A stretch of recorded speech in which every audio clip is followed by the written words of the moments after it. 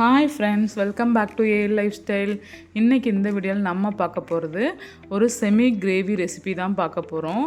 இது சப்பாத்தி ரைஸுக்கு ரொம்ப அட்டகாசமாக இருக்கும் டேஸ்ட்டு. இது south Indian style, north Indian style ரெண்டு பக்கமுமே சாப்பிடக்கூடிய அளவுக்கு ஒரு டேஸ்ட்டில் தான் இருக்கும். வாங்க இந்த கிரேவி எப்படி பண்ணலாங்கிறத பார்க்கலாம். இந்த கிரேவி பண்ணுறதுக்கு ஒரு கட்டளவுக்கு பாலக்கீரை எடுத்து பொடிசாக கட் பண்ணி வச்சுருக்கேன். அது கூட பன்னீரையும் துருவி வச்சுருக்கேன்.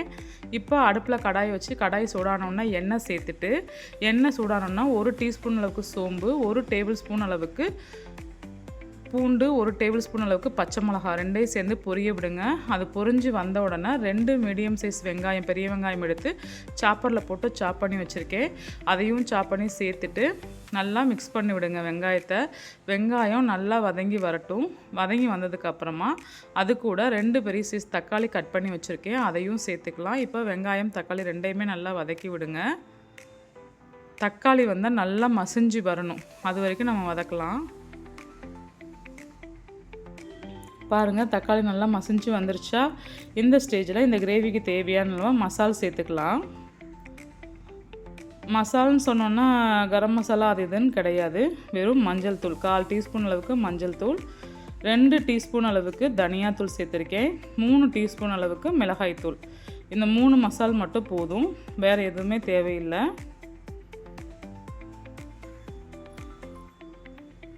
மிளகாய்த்தூள் சேர்த்துட்டு நல்லா அடுப்பை சிம்மில் வச்சு கலந்து விடுங்க. ஒரு 2 மினிட்ஸ் கலந்துட்டு ஒரு 2 மினிட்ஸ் விட்டீங்க அப்படின்னா நல்லா அந்த எண்ணெயெல்லாம் தக்காளி வெங்காயம் ஊற்றின எண்ணெய் நல்லா பிரிஞ்சு வரும். பார்த்திங்களா, இந்தளவுக்கு எண்ணெய் பிரிஞ்சு வரணும். அடுப்பை சிம்மில் வச்சுட்டு பண்ணுங்கள். மிளகாத்தூளெல்லாம் போட்டதுக்கப்புறம் ஹையில் வைக்காதீங்க. அடுப்பு கருகிரும், அந்த பாத்திரம்லாம் கருகிரும். சிம்மில் வச்சுட்டு நல்லா எண்ணெய் பிரிஞ்சு வந்தோன்னா நம்ம கட் பண்ணி வச்சுக்கிற பாலக்கீரை இருக்கு இல்லையா, அதை இது கூட கலந்துடலாம். கலந்துட்டு ஒரு மூடி போட்டு ஒரு 5 நிமிஷம் சிம்மில் வைங்க. 5 நிமிஷம் கழித்து ஓப்பன் பண்ணி பார்க்கும்போது அந்த கீரையிலேருந்து தண்ணி நல்லா பிரிஞ்சு வரும். பாருங்கள், கலந்து விட்டால் தெரியுதா? இந்த ஸ்டேஜில் 1 கப் அளவுக்கு தண்ணி சேர்த்துக்கோங்க. நம்ம செமி கிரேவியாக தான் செய்ய போகிறோம்.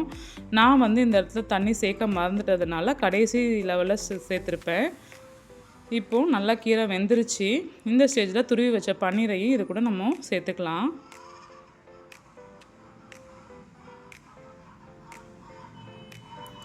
சேர்த்துட்டு இந்த பன்னீரையும் கீரையும் நல்லா மிக்ஸ் பண்ணி விடுங்க.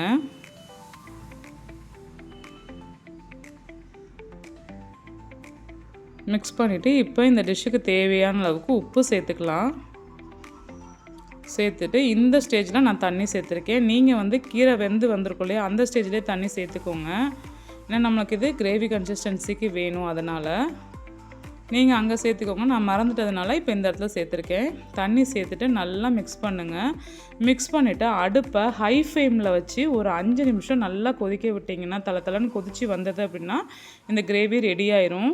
இது கூட வேறு எந்த இன்க்ரீடியன்ஸுமே சேர்க்கணுன்னு அவசியம் இல்லை. ஏன்னா ஆல்ரெடி கீரையெல்லாம் ஒரே ஒரு ஆவியில் வேகக்கூடிய விஷயந்தான். பன்னீரும் அதே மாதிரி தான். அதனால் ஒரு 5 நிமிஷம் தளன்னு கொதிக்க விட்டீங்க அப்படின்னா நல்லா இந்த மாதிரி எண்ணெய் பிரிஞ்சு நல்லா வெந்து வந்துடும். பாருங்கள், இதுதான் கிரேவியோட கன்சிஸ்டன்சி. இப்போ இதை நீங்கள் சாப்பாட்டுக்கு சப்பாத்திக்கெல்லாம் சர்வ் பண்ணலாம். இந்த கிரேவி பிடிச்சிருந்ததுன்னா, வீடியோ பிடிச்சிருந்ததுன்னா ஒரு லைக் பண்ணுங்கள், ஷேர் பண்ணுங்கள், சேனலுக்கு சப்ஸ்கிரைப் பண்ணுங்கள். Happy eating, healthy eating.